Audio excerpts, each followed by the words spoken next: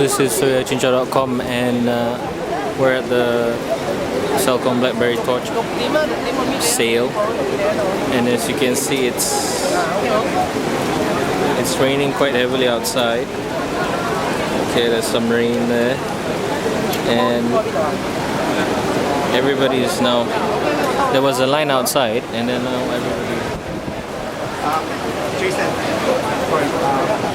now everybody's huddled up inside, and it's getting crazy. And to make matters worse,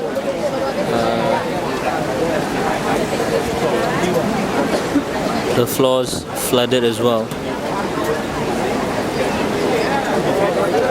It's not really clear on camera, but you can really see that yeah. So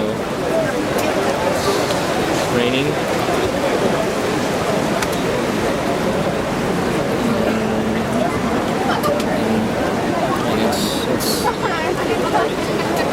It's flooding in the tent, and still a lot of people are waiting, and the devices are not here as well. So this is really bad from Celcom. I expect better. We were at the iPhone 4 launch and it was much better there.